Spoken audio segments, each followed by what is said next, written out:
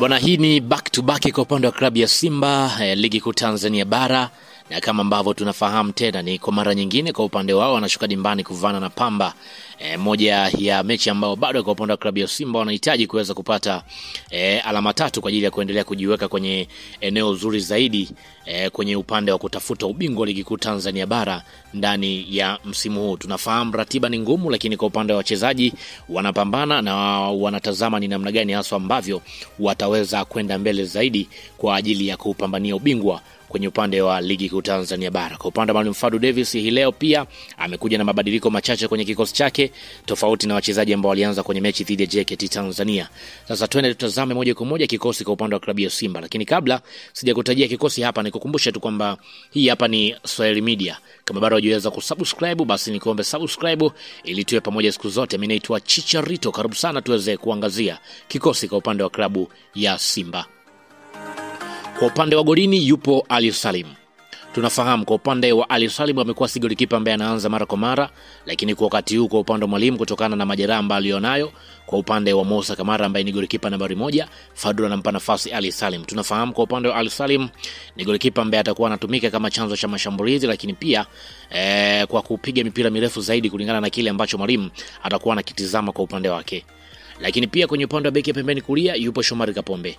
Kwa upande wa Kapombe tunafahamu ni muhimili wa uzoefu, lakini pia atapewa jukumu la kusawazisha kati ya kushambulia na kurudi kwa haraka kusaidia mabeki wa katikati, hasa kwa sababu Kagoma ndiye ambaye atacheza kwenye eneo la ulinzi. Kwa hiyo atakuwa anatazama Mwalimu ni namna gani hasa Shomari Kapombe atakuwa akilinda kwenye maeneo tofauti kulingana na wapinzani ambavyo watakuwa wanashambulia. Ni tofauti zaidi Mwalimu Fadlu Davis anakuja, lakini ni aina ya kocha ambaye amekuwa anapangilia timu yake kwa ajili ya kuweza kupata alama tatu. Wakati huo pia Mohamed Hussein moja kwa moja atakwenda kusimama kwenye eneo la beki ya kushoto. Kwa upande wa Mohamed Hussein tunafahamu ana uwezo mzuri wa kupiga crossi, lakini pia ana uwezo mzuri wa kuunganisha winga wake ambaye anacheza kwenye eneo lake. Hata hivyo tunafahamu ni moja mchezaji ambaye atakuwa anacheza kwa umakini zaidi kwenye eneo hilo kulingana na kile ambacho anakihitaji Mwalimu. Mechi iliyopita alianzia bench, mchezo huu anarejeshwa kunako kikosi. Lakini pia kwenye upande wa beki wa katikati yuko Abdrazak Hamza. Hamza tunafahamu ndiye beki ambaye anapaswa kuwa kiongozi kwenye eneo la safu ya ulinzi, huko kwa upande wa Fadlu akiwa anamtegemea yeye kuwa ndio mpangaji kwenye eneo la katikati, akiwaelekeza mabeki wote ambao watakuwa wanacheza kwenye eneo hilo, kwa sababu kwenye eneo hilo kwa upande wa Abdrazak Hamza atasaidiana na Yusuf Kagoma. Tunafahamu kwa upande wa Kagoma ni kiungo asilia, lakini Fadlu atamlazimisha acheze kama beki wa kati kutokana na nidhamu yake ya juu ya moja kwa moja, lakini pia atapaswa kuepuka makosa kulingana na eneo ambalo anacheza na kutocheza faulo zisizo na mpango, kwa sababu tunafahamu namna ambavyo amekuwa akicheza kwenye eneo la katikati. Lakini pia kwenye eneo la viungo wa juu yuko Fabrice Luamba Ngoma. Kwenye eneo la kiungo mkabaji tunafahamu kwa upande wa Ngoma yeye jukumu lake kubwa atakuwa akilinda safu ya mabeki, lakini pia akisaidiana vizuri na Yusuf Kagoma kwa kuangalia pengo lolote kwenye eneo la ulinzi.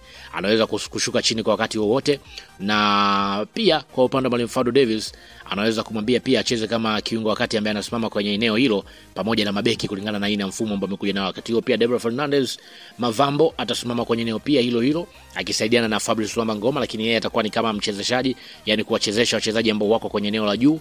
Tunafahamu kwa upande wa Debola yeye atakuwa akitengeneza nafasi, lakini pia akilinda kwenye eneo hilo la katikati kuwa na uimara wa hali ya juu kulingana na ubunifu ambao alionao. Wakati huo pia Jean Charles Ahoua atasimama kwenye eneo la kiungo cha juu, yani kiungo mshambuliaji.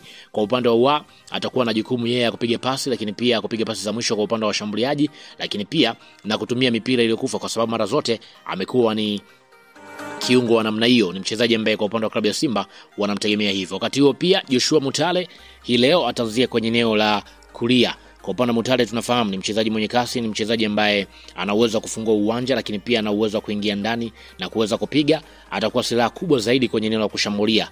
Wakati huo pia Eli Mpanzu atakuwa akitokea kwenye eneo la kushoto. Mpanzu pamoja na Joshua Mutale watakuwa kibadilishana. Kuna wakati tutakuwa ukimwona Mutale yuko kushoto, wakati mwingine Mpanzu yuko kulia. Mpanzu yeye atakuwa yuko huru zaidi kufanya maamuzi ya haraka, kutumia dribble yake ambayo amekuwa ni hatari zaidi kwa wachezaji wengine. Wakati huo pia kwenye eneo la ushambuliaji yupo Leonel Ateba Mbida. Leonel Ateba Mbida yeye ndiye target man.